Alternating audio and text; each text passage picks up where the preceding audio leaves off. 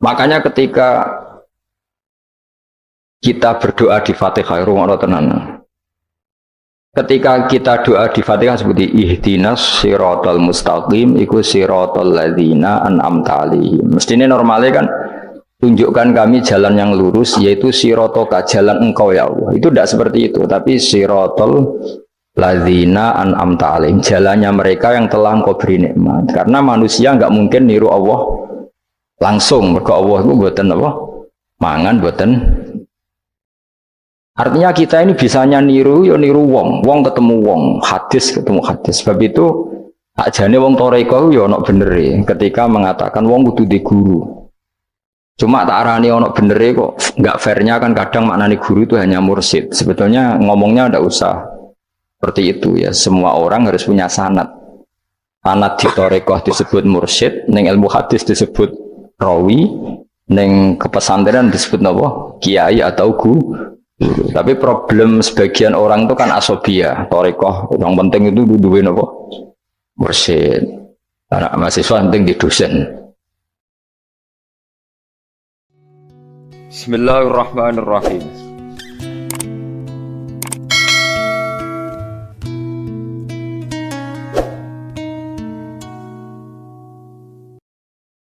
Karena apa itu tadi rungokno tenan awas kena salah. Orang itu ndak bisa niru Allah, sing iso ditiru padha-padha menu samlane ihdinas siratal mustaqim siratal ladzina an'amta.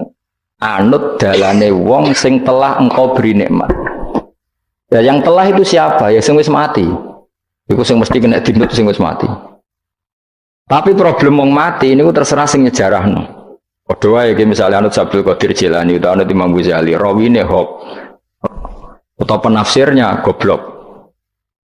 Ya mau kados kula ngaji sore tak contohno, ana wong saleh alim jagungan mbek wong ayu utawa ketemu wong ayu takok-takokan ning perapatan. Terus mbok simpulno nek ngono jagungan mbek wong ayu iku lha kan goblok banget. Padahal iso wae wong iki faktor tangga sehingga ngregani utawa kebetulan cawe wedok mau takok bab haid. Belum ragilem kan kudu dijawab. Dan kesunatannya jawaban jeneng perapatan, nek omah rapati sunat. Tak jamin secara fikih. Semakin di depan umum semakin baik karena ketemu perempuan yang tidak mahram baik di depan umum maupun baik dhewean. Baik di depan umum. Tapi kadang-kadang wong sing iso ngaji malah ngono kok ngarepe wong akeh ado dhewean ya malah bahaya tuh bocah kok. Wong ora tau ngaji repot. Makanya kiai-kiai itu nak nyemak mbak-mbak itu rata-rata malah di depan umum. Memang bagus di depan umum kalau ketemu orang yang tidak mahram. Mergo pikirane wong ora macam-macam. Pantangannya seperti Dewi Nabi la yakhluwanna rajulun bimra'atin. Tidak boleh orang persepen. Ya, jadi kan nanti tonggo ayu, nak jagungan di depan umum. Bener macam-macam. Nak kuno gelem lah. Mestinya ora gelem jagungan baca elek. Tapi kadang orang berpikir, ojo ngarepe wong akeh mari ditiru. Lah asal di depan orang banyak itu harame rapatin nemen koyok dewi. Tapi kan tetap nak disimpulno itu boleh repot. Balen malih ya terus dalane Allah iku kudu niru wong, ora oleh langsung niru Allah mergo Allah iku mukhalafatul lawati niru wong. Mulane waskur Ismailah wal Yasa. Kanjeng Nabi sing kekasih Allah kon niru Nabi Ismail, Nabi Yasa, Nabi Nabudal. Maksudnya niru wong. Kali Ismail di prestasi mengorbankan dirinya untuk abahnya. Iku ngewangi bangun apa? Ka'bah dan siap disembelih. Nabi Yasa di prestasi seperti ini, Nabi Dzulkifli punya prestasi seperti ini. Iku dawuh pangeran kena eling aku, iku eling hamba-hambaku sing saleh. Mergo eling Allah langsung tuh tidak bisa karena ada problem apa? Allah itu mukhalafatul lil hawadis. Saiki wong udah ora iso ngaji, muni langsung anut Kanjeng Nabi. Anut Kanjeng Nabi itu artinya apa? Pastikan riwayatnya benar dulu. Nabinya pasti benar, tapi riwayat yang sampai ke kita. Pertanyaannya bukan kita anti anut Nabi, memastikan riwayat itu benar atau tidak. Setelah riwayat itu benar, maknanya benar enggak? Bisa saja maknanya salah. Kayak kelompok-kelompok yang mudah mengkafirkan orang itu maknanya hadis salah. Memang Nabi ngendikan laisa minna ya tidak termasuk golonganku wong sing tau bodoni. Tapi maksudnya Nabi dalam konteks itu tidak termasuk golonganku. Bukan berarti dia sama sekali tidak termasuk umatnya Kanjeng Nabi. Karena dalam banyak hadis Nabi ngendikan syafaati li ahlil kabair min ummati, umatku sing tahu dosa lah berhak mendapat syafaat. Andai kan orang yang pernah bodoni langsung enggak umatnya Nabi, berarti menjadi kafir. Antu dari hadis walaisa minna, ora termasuk golonganku wong sing nate bodoni man ghasyana. Banyak kalau nuruti itu banyak, tidak termasuk golonganku sing bodoni, termasuk golonganku yang itu kan banyak yang dicap Nabi enggak. Riwayatnya benar tapi pemaknanya salah. Makanya ada pepatah masyhur itu kalau dalam tradisi ulama itu laula murabbi lama arafna rabbi walau lal ulama lama arafnal iya laula murabbi umpama ora ana sing didik aku lama arafna rabbi kita ndak akan ngerti Tuhan ingsun. Ya, jadi misalnya kue urip ning alas, gak ono guru, gak ono porom yo, wit iki pahit, wit iki manis, nah, banyu iku nyegerno kan ngono-ngono tok. Kue roh pangeran kondi saja. Masa belajar filsafat sendiri. Paling rom kidang mbok bedak, roh celeng mbok bedak. Jenenge ra ono siapa-siapa. Mulane laula murabbi lama arafna rabbi. Jadi kita tahu Allah barokah para murabbi, wong sing didik. Jika hubungan kita dengan Allah itu ya nurut sing didik. Ya jenenge laula murabbi lama arafna rabbi. Terus nomor loro walau lal ulama lama arafnal anbiya. Andai kan ndak ada ulama, kita juga gak ngerti nabi. Kowe kok sithik-sithik sunah rasul hadis sing nerangno sapa? Kalau ngerti nabi ku nak sujud. Iku ngene, kowe jare sapa? Iku sangka sallu kama raaitumuni sholli. Sahabat nyekseni sujude Nabi, tabiin nyekseni sujude sahabat, tabiin nyekseni sujude para tabiin, terus sampai kula ngerti sujude Mbah Mun niru Mbah Zubair, niru Mbah Karim Nirboyo, terus niru sampai Mbah Hasyim niru Mbah Mahfud niru sing arange Anatut Talibin Nabi Bakar Sato, beliau niru Utsman Ad-Dimyati, terus niru Sayyid Zaini Dahlan ya, terus saya Utsman Ad-Dimyati, terus sampai kanjeng Nabi Muhammad sallallahu alaihi wasallam. Mulane walau lal isnad laqala man sa'a ma seandainya kan tanpa sanad maka orang akan ngomong sekenah. Karena itu agama.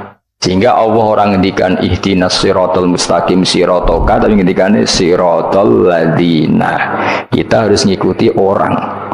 Orang itu siapa yang bisa diikuti? An'amta alaihim, yang telah engkau beri nikmat. Saiki wong udah ora ngerti ngaji ngene iku, soalnya anut Nabi. Karena kalau anut Nabi secara 100%, misalnya ki sisa niru nyun sewu, misalnya sisa niru hal tertentu. Wis kowe nak serampangan, saiki sampe nak bedheki. Kowe saiki misale wis iso niru Nabi salat qobliyah. Wis qobliyah niru Nabi, cingkrange wis anut Nabi. Wis misale terus dia wis niru Nabi. Nanti kalau agama itu tidak ada riwayat. Nabi uripe ning Mekah Madinah, kenapa kamu tidak urip ning Mekah Madinah? Misalnya pertanyaannya seperti itu. Maka yang ini terus panjang. Nah, memperdebatkan seperti ini itu tidak ada dulu ulama. Mulai dulu nggak ada memperdebatkan seperti ini. Karena ulama lah yang tahu cara pandang usul fikih ini. Nabi ketika nempat di Madinah itu jenenge waqi'atu ainin, satu fakta. Sementara Nabi nak nasrul Islam itu misi. Ulang lagi ya, Nabi nempat di Madinah namanya waqi'atu ainin, satu fakta.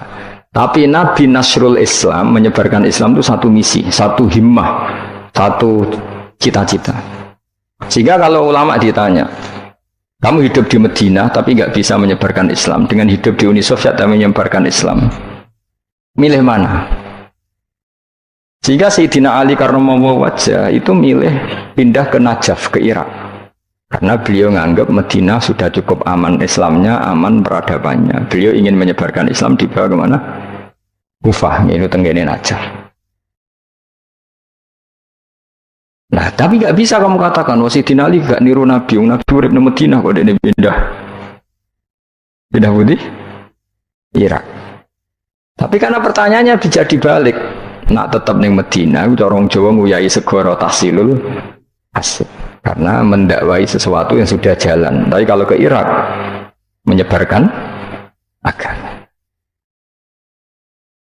Waktu kali ini, nak kue ning Papua, aku nggak masjid sebagai pendiri. Tapi nak kue ning kota, ngurmat masjid itu untuk opah, misalnya milih nanti.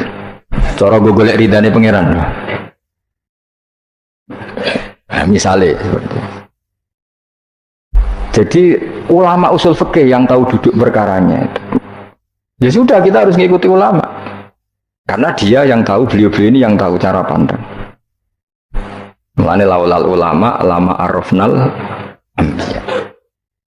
Dulu ketika era murni itu orang sedekah itu biasa, mesti diterima. Hadiah ya biasa mesti diterima. Tapi ketika era Umar bin Abdul Aziz, beliau jadi khalifah, dulu seperti itu namanya sedekah, sekarang suap. Semenjak itu ada aturan baru, kalau orang sedang jabat, kok dikasih hadiah orang berperkara itu nggak boleh karena potensinya. Dulu nggak kebayang ada suap itu, karena orang kalau ngasih ya ikhlas, bahkan diterima itu sudah senengnya bukan. Nah ini gak salam tempel sidik ngatur kiai. Mulai dolim. Terus jalukannya orang aneh-aneh, orang sekedar ngundang pengajian, jaluk swarga. Amit-amit tenan. Justru itu mari ra swarga, salam tempel ngono kok jalukane apa? Jadi saya ulang lagi ya, eling-eling ya makalah ulama, laula murabbi lama arafna rabbi, walau ulama lama arafnal anbiya. Karena kita butuh sanad. Kalau kamu tanpa sanad, maka membayangkan Islam itu sesuai yang kamu bayangkan tadi. Jadi misalnya kita bayangkan Nabi itu figur yang begini-begini. Padahal kadang Nabi itu figur yang secara ilmu soleh itu malah kadang nggak iso nalar. Sing iso nalar itu ilmu yang riwayat. Misalnya gini, Nabi itu punya sisi unik. Kalau dahar itu di depan umum, ya kadang sampai di luar di depan umum. Terus kalau memperlihatkan sebagai manusia itu ya diperlihatkan. Kenapa? Karena Nabi jadi Nabi itu setelah Nabi Isa. Nabi Isa karena begitu sempurna malah kecelakaan dianggap pangeran.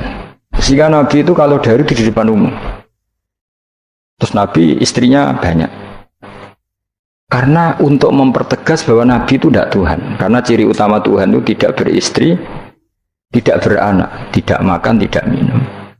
Jadi kamu ini cara bahasa modern itu Nabi justru bikin kontra dengan Tuhan supaya kelihatan tidak sebagai Tuhan. Nak loro yo bangga, nak dahar yo bangga, nak ngombe yo bangga.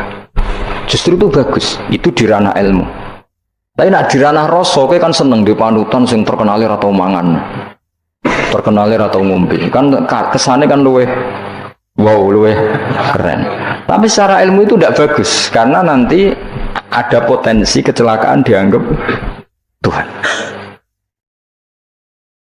Itu contoh-contoh kecil. Jadi itu ilmu. Nah, yang tahu itu ya tak ulang lagi ulama.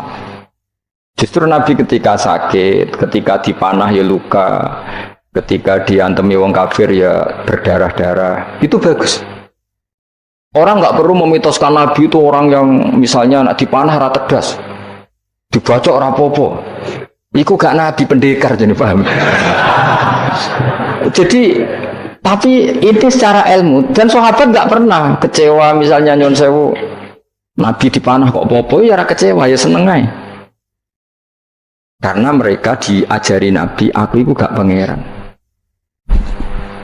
Tidak, ini saya cerita. Jadi andai kan agama itu tidak berdasar sanad, tidak berdasar ilmu, maka orang akan menghayalkan agama dengan pikirannya sendiri. Itu kan seperti orang idolakan Gajah Mada, wah Gajah Mada terlalu sempurna sampai musno. Jadi gak ada kuburane, baliknya neng langit. Soalnya dinti lah musno terus macam-macam.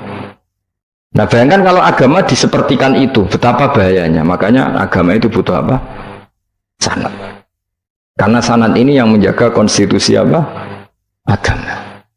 Makanya eling-elingin apa? Laulal ulama lama arafnal anbiya, walau la murabbi lama arafna rabbi. Kita tidak pernah tahu Tuhan kecuali. Nah maka guru ini posisinya kuat sekali. Saking kuatnya posisi guru, ya guru yang seperti ini sampai ada pepatah tadi man ta'allama bila sayhin fasehu setan. Orang belajar tanpa guru berarti gurunya itu setan. Karena ekstrimnya guru, ekstrim, pokoknya orang tanpa guru itu. Nah kemudian terus mulai ada dominasi. Orang toreko hanya nganggap itu mursyid, mahasiswa yang ada itu dosen misalnya. Terus di tradisi ilmu itu guru. Sebenarnya itu tidak itu semua, yaitu bagian dari itu, tapi tidak itu semua. Yang penting itu ada sanad. Jika cara pandang itu tadi, Nabi di Medina itu waqi'atu ainin, satu fakta sosial. Meskipun dengan segala fadhailul Madinah, tetap itu satu fakta sosial. Bukannya Rasulullah terbanyak hidup di Kufah. Mulai Sayyid alim-alim di Kufah, setelah itu pindah ke Yaman. Apakah pindah ke Yaman itu berarti meninggalkan tempat gaya Rasulullah? Tidak seperti itu. Tapi ciri utama Nabi itu dakwah dan nasrul ilm. Dan yang butuh zaman itu Yaman ya ke Yaman, yang butuh itu ke Indonesia ya ke Indonesia. Nah, andai kan sunnah Rasul dimaknai secara sepihak, kudu urip ning Madinah. Berarti orang Islam sekali gak ning Madinah gak dianggap sunnah Rasul. Wah, kan terus panjang jadinya. Makanya terus ada ilmu, yaitu namanya usul fikih. Usul fikih itu yang ngatur itu semua, yang bisa menganalisis. Caranya gampang saja. Zaman Nabi Sugeng itu sudah nyuruh Sayyidina Ali ke Yaman, disuruh dakwah ke Yaman. Beberapa sahabat disuruh ke daerah-daerah terpencil. Artinya apa? Andai kan yang ditempati Nabi Madinah itu jadi sentral, harus orang di Madinah, Nabi tidak akan menyuruh orang keluar dari. Tapi nyatanya mereka disuruh keluar demi kepentingan dakwah. Berarti keluar dari Madinah itu bukan meninggalkan sunnah Rasul. Akhirnya terus jadi ilmu. Makanya terus dibedakan mana waqi'atu ainin, mana yang misi. Tentu didahulukan apa, misi atau himmah. Jadi itu harus ada ilmunya, memang seperti itu. Misalnya termasuk yang paling terkenal saya contohkan berkali-kali, Nabi itu kalau sedekah ya pakai tamar, kalau uang ya pakai dinar. Tapi ilmu kita tahu maknanya itu adalah alat tukar. Jika di Indonesia kita sedekah pakai rupiah. Kalau Nabi pakai tamar, kita ganti beras karena maknanya kut, makanan pokok. Oh coba pepeh niru Nabi. Lagi niru Nabi saya ini berarti sedekah rupiah gak niru Nabi. Nabi nggak pernah sedekah pakai rupiah, tapi pakai apa? Dinar. Nah itu terus ada ilmunya. Yaitu disebut ada ilmu waqi'atu ainin. Kebetulan Nabi orang Mekah, maka sedekahnya pakai dinar. Di era itu orang Mekah seringnya dahar kurma. Terus itu semua dimaknani kut sama alat tukar, apa? Kut sama alat tukar. Sekarang alat tukar rupiah ya berarti sedekahnya rupiah. Kalau zakatnya dulu makanan pokok di Mekah, ya kita zakat pakai makanan pokok di Indonesia. Maknanya beras. Itu ya ulama lagi yang tahu, itu ulama. Lengi-lengi ihdinas siratal mustaqim, siratal ladzina, jalannya mereka yang telah engkau beri nikmat. Karena kalau langsung anut Allah atau apa, Kanjeng Nabi misalnya, terus sanatnya gimana coba? Misalnya sholat madhep Ka'bah, itu ya sudah kita anut Nabi, sholat itu madhep Ka'bah. Tapi zaman Nabi teng Medina itu luas masjid Medina itu sudah lebih dari luasnya Ka'bah. Geleng-geleng. Dina ana wong fanatik Ka'bah, itu fanatik presisi Ka'bah, itu rapati ngaji. Zaman Nabi Sugeng itu luas masjid itu sudah lebih luas ketimbang Ka'bah. Ka'bah itu hanya 18 kali 16 meter. Saya urung 16 sampai 18 meter diameternya itu. Berarti kalau ingin kenceng Ka'bah, semua masjid harus luas maksimal itu 18 meter. Karena kalau masjid itu 50 meter, berarti ujung yang sana sama sana itu sudah tidak center Ka'bah. Kalau ingin center harus bentuk U. Iya kan? Kalau Ka'bah itu 18 meter, kalau ingin kenceng Ka'bah berarti masjid semua harus berapa luasnya? 18 meter. Nanti kalau 50 meter yang ujung sana sama ujung sana, bodoh Utopia, bodoh. Tapi zaman Nabi Sugeng itu masjid di Medina itu sudah lebih luas ketimbang diameter. Itu menunjukkan bahwa madhep Ka'bah itu tidak harus persis Ka'bah untuk jarak yang jauh, cukup jihad itu namanya arah. Ya terus seperti itu. Lagi-lagi lalu lama arafnal ambiya. Kemudian nasah mansuh. Kalau sampean belajar textbook, Nabi Ibrahim bujune akeh, Nabi Dawud bujune akeh, Nabi Sulaiman apa meneh. Kok langsung anut. Ya tidak bisa, ulama yang tahu ini syariat yang sudah mansukhoh, sudah dihapus ketentuannya. Ya begitu terus seterusnya. Ngilangin najis ya begitu, terus ngelola anak ya begitu, semuanya. Terus ulama ngarang fikih detail itu disebut kitab fikih, ada Fathul Qorib, ada Fathul Mu'in. Jadi kamu tidak bisa berdiri sendiri memahami agama. Makanya laulal isnad laqala man sa'a masa. Andaikan tidak ada sanad, maka orang akan semau gue, karena dia punya pikiran, kebetulan dia kiai, dianggap itu pikirannya Islam. Dia punya pikiran, kemudian dia mubalek pas acara Islam, dikira itu pikiran, padahal pikirannya juga ada orang ngomong, kiai sekarang harus kaya, kalau nggak kaya nggak dihormati. Mana ada target Islam ingin dihormati? Itu satu kesalahan. Bilang harus kaya, mana ada di antara hukum fikih itu kaya itu harus. Mengharuskan sesuatu yang tidak wajib itu dosa besar. Ijabu malam wajib. Itu salahnya kebanyakan. Terus target supaya dihormati, mana ada target Islam orang ingin diridani Allah, pengen dihormati orang. Lucu meneh kan itu mesti pikirannya sendiri, tidak mungkin itu pikiran Islam. Ya dari hilang ya laulal isnad laqala man sa'a masa. Andai kan tidak ada sanad, maka orang mau ngomong apa saja ngomong. Terus dibutuhkan sanad. Termasuk yang ekstrim itu juga butuh sanad. Misalnya ini contoh paling gampang ya. Ada dua orang saling bunuh, sama-sama mukmin, sama-sama bawa pedang tarung, terus yang satu terbunuh. Zaman Nabi Sugeng itu ngendikan al-qatil wal maqtul finnar, yang bunuh dan yang dibunuh di neraka. Buktinya zaman sahabat itu iskal itu janggal. Hadza al-qatil ya Rasulullah, fama balil maqtul. Oke, kalau yang terbunuh, yang membunuh masuk neraka saya sepakat ya Rasul. Tapi kalau yang dibunuh dosanya apa? Jawab Nabi, innahu kana harison ala qatli sahibi. Yang terbunuh sebetulnya mentalnya pembunuh, cuma nasibnya. Maka yang diukur Islam itu himmah, bukan nasib. Dia terbunuh itu fakta, tapi mentalnya pembunuh, sehingga dia harus masuk neraka karena mentalnya pembunuh. Nasibnya terbunuh, tapi mentalnya pembunuh, sehingga al-qatil wal maqtul benar. Nah itu seperti itu, kalau nggak kita pakai riwayat tidak bisa, kita masih pakai logika yang qatil di neraka, yang maqtul di surga. Maka jangan-jangan kita di Indonesia bisa saja kita ini Islamnya luar biasa, karena justru di Indonesia itu kita dakwah. Makanya di guyonan kiai terkenal itu, ini kisah nyata tapi jadi guyonan, tapi nyata. Ada orang dari beberapa negara, ya nggak apa-apa, Imam Akbarnya saja nggak dapat apa. Wah, mereka cerita, wah kalau di kita digaji gini. Karena negara sudah peduli sama imam masjid, sama imam musola gini. Nah, setelah dia bangga sama Kiai Indonesia digosok. Makanya kamu sholat terus ya, takut potong gaji. Itu kagetnya bukan main, yang ulama-ulama internasional. Karena kalau satu bulan itu gajinya pas itu cerita 70 juta, yang kelas Timur Tengah itu. Bisa kamu bayangkan berarti per sholat berapa ya? Kan satu sholat tuh 5 ya, 5 kali 30 berapa? 150. Berarti per sholat nilainya sekitar 1 juta ya, 500.000 ya. Berarti kalau nggak sholat 2 kali potong 1 juta. Kagetnya bukan main ketika digojlok ulama Indonesia. Makanya kamu sholat terus ya, takut potong. Akhirnya Indonesia khair, Indonesia bagus kan ya, mergo rausawa apa?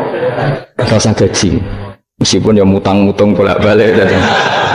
Nah ini cerita, ya itu guyonan, tapi itu masuk akal. Jadi kita ini jangan, kadang-kadang kita ini merindukan Indonesia kayak negara-negara di sana yang imam masjid diapresiasi oleh negara, muadzin diapresiasi, itu oke. Mungkin pada sisi negaranya bagus karena ngurus orang-orang soleh. Di sisi orang solehnya yang masalah karena mengganggu ikhlas. Jadi kayak wong kiai disuwani wong ayu kan. Wong ayu ini delok kiai jari ibadah, kiai ini sing masalah nek delok terus. Jadi ya, jari delok wong alim kan ibadah, sing masalah sing wah repot tuh. Ya kayak tadi, negara berbuat baik sama kiai, misalnya kiai digaji gini, negaranya baik karena ngurmat kiai, tapi kiai tergantung gaji ini yang mulai masalah. Itu yang tahu ulama, lagi-lagi ulama. Makanya saya itu sama ulama itu hormatnya Masya Allah. Saya itu dulu Mbah Mun itu tidak pati suka sama apa-apa di manajemen. Termasuk saya dulu pernah tanya, kenapa beliau kurang suka misalnya yatim piatu dititipkan di satu manajemen.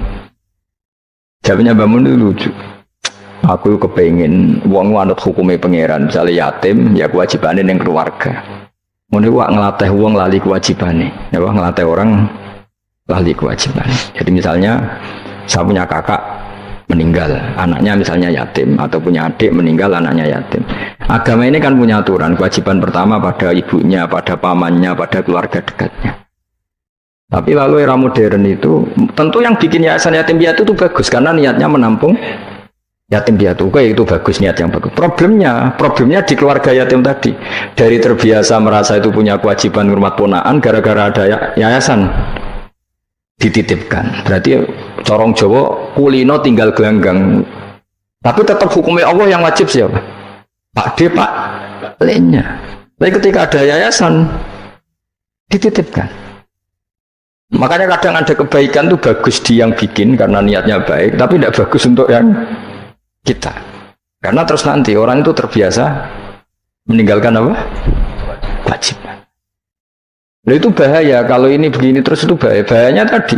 Coba kalau dia di rumah keluarga, taruh saja gini. Punya Pak D 3, yang peduli satu saja. Itu sudah kayak anaknya sendiri. Plus ada rasa, namanya sama ponaan itu ada rasa. Belum ada misanan, minduan, tetangga. Kira-kira dapat limpahan kasih sayangnya banyak mana daripada di yayasan? Banyak di keluar. Meskipun yayasan itu ya bagus, tapi tadi nggak boleh orang itu meninggalkan apa? Kewajiban. Itu cara berpikir ulama. Orang harus dilatih tanggung jawab terhadap kewajibannya sendiri. Makanya tadi ya, jadi pepatahnya itu. Tapi tetap yayasan itu baik. Tapi problemnya tadi, terus wong kulino tinggal gelanggang joro Jawa. Profesi yo gitu. Misalnya ben pinter di pondokno. Sebetulnya al-madrasatul ula itu ibu. Anak mbok pondokno sekira tanggung jawab. Sebetulnya pelajaran pertama dari anak adalah perilaku orang enak terus pondokno pasrah kiai. Mun yai kula pasrah bongko anak-anak kula dadekne wong saleh. Wis piye karepe sing di anak itu sapa? Percontohan anak itu pertama orang tua. Tapi saiki nah kiai ini apa ya gawe lembaga pendidikan ben orang bisa belajar. Wong tuane sing kuwaco. Terus ora tanggung. Makanya lucu kan akhirnya kiai itu sakit didik santri seneng akhirat mulai diwari kedunyan meneh mbek wong tuane. Dadi anggere mulai kambuh. Mondok apik neh kok mulai. Karena tadi ya saya ulang lagi ya. Jadi Allah itu layak kulu walayanamu walayasrob. Allah itu enggak tidur, enggak makan, enggak minum, sehingga enggak bisa ditiru. Yang bisa ditiru itu sesama manusia. Mulane waskur Ismaila wal yasa wadal kifal wa ihdinas siratal mustaqim siratal ladzina an'amta alaihim. Maka ketika kita nanti masuk surga, tu faulaika ma'al ladzina an'ama Allahu alaihim minan nabiyyin wasiddiqin wasyuhada'i wassalihin wa hasuna ulaika rafiqa. Jadi enggak bisa kamu soleh sendiri, itu enggak bisa. Karena kalau soleh sendiri pasti dipimpin khayal, itu tak jamin pasti dipimpin apa? Khayal. Hingga harus ada sanad. Makanya laulal isnad laqala man sa'a ma sa'a. Andai kan tidak ada sanad, maka orang mau ngomong apa saja diomongkan. Makanya kita butuh apa? Butuh sanad. Kalau terusakan ya. Terus nanti Rabbus samawati wa ma min ilahin illallahul wahidul qahar. Rabbus samawati. Pangeran iku sing mengerani pira-pira langit wal ardi lan bumi wa malan perkara bainahuma kan antarane samawat lan ardh. Al azizu turdat sing menangan, al ghalibu sing kang menangan ala amri. Ing atase urusane Allah. Al ghafaru kang akeh nyepurane li auliyaihi maring pira-pira kekasih Allah. Kul ngucap sira Muhammad lagu maring para kafir Mekah zaman iku huwa nabaun azim. Huwa utawi iki iku nabaun azim. Huwa utawi ikilah Quran misalnya. Huwa utawi ikilah Quran iku nabaun cerita azimun kang gedhe. Antum kang utawi sira kabeh andu saking Quran iku muriduna iku mengo kabeh. Ail Quran itu kesehute Quran lagi kang ambat tukang cerita ingsun kum ing sira kabeh fi iklan lagi. Wajib tulan teko ingsun kum ing sira kabeh. Fihi napa fihi? Wajib tukum fihi. Wajib tulan tekan ingsun kum sira kabeh ing dalam Quran bima lan perkara la ya alamu. La yu lamu kang ora den pinawuri apa ma ila biwahyin. Wa wa qauluhu ma kana liya min ilmin bil malil ala iku nabaun azim, cerita yang besar. Maka orang iku liya kedingsun min ilmin saking pengetahuan bil malil ala kelawan percakapane malaikat papan atas dari malaikat itu yahtasimu nalikane berdebat sapa ngake fisani Adam ing dalam masalah Nabi Adam hina qala wa ta'ala inni ja'ilun fil ardi khalifah.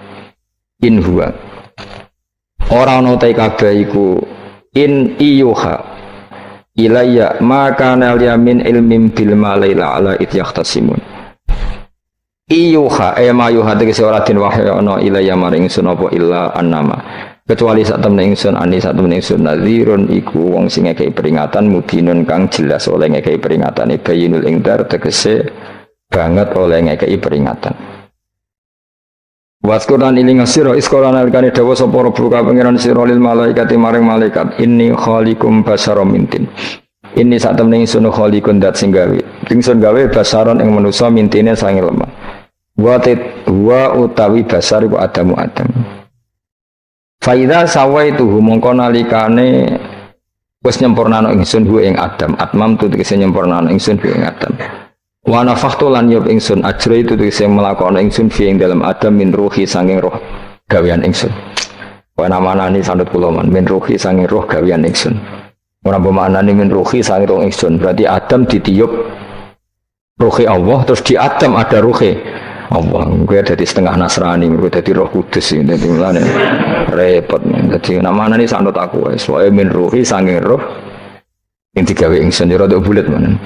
Fasara mengko dadi sapa Adam ku khayan dadi urip. Nah, wa idhofatur ruh ta ing idhofano lafat ruh ilahi maring min ruhi ku tasrifun mung ngekeki penghormatan di Adam maring Adam. Lagi-lagi ini malaikat. Malaikat itu di apa? Malaikat itu kan yo duwe pikiran. Terus iblis yo duwe pikiran.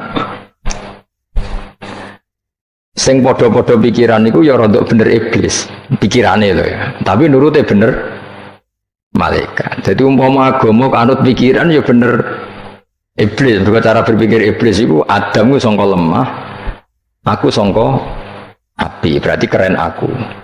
Nah, cara pikiran malaikat wis ora mikir bombol ndi dikongkon yo manut. Jadi agama ini sanad. Agama ini seorang lagi napa? Sanad. Sakjane cara tauhid ya keberatan, aku ana istilah betuwah ya keberatan. Betuwah maknane omahe Allah itu takok. Allah manggon wirdi ning Ka'bah. Jadi kita harus ngikuti ulama. Dikatakan betuwah itu nama penghormatan. Sesuatu itu mulia, maka disebut betuwah. Bukan berarti Allah nempat di situ. Mergo Allah ndak butuh napa? Tempat. Jadi itu kan jelimet, Mang. Lagi-lagi yang tahu itu ulama. Masjid ya dikatakan betuwah. Dan misalnya iki masjidnya pangeran, malah nambah mana nih lucu masjidnya pangeran. Jadi iki tempat sujudnya pangeran, nah, kacau kayak. Tapi yang berhubung rapa paham alhamdulillah dong namun iki masjidnya pangeran. Jajal mana nih bahasa Arab? Iki masjidnya pangeran, mana nih terjemah? Iki tempat kacau. Baru kayak bodoh dora roh naiku kacau. Jadi kacau. Yang melane anut ulama. Jadi darani baitullah apa dikatakan daleme Allah maknane apa idhofatut tasyrif. Napa idhofatut tasyrif maknane omah sing mulia sampai diistilahno daleme Allah. Wis kudu bulet ngono koyo niki napa? Wa idhofatur roh lahu napa?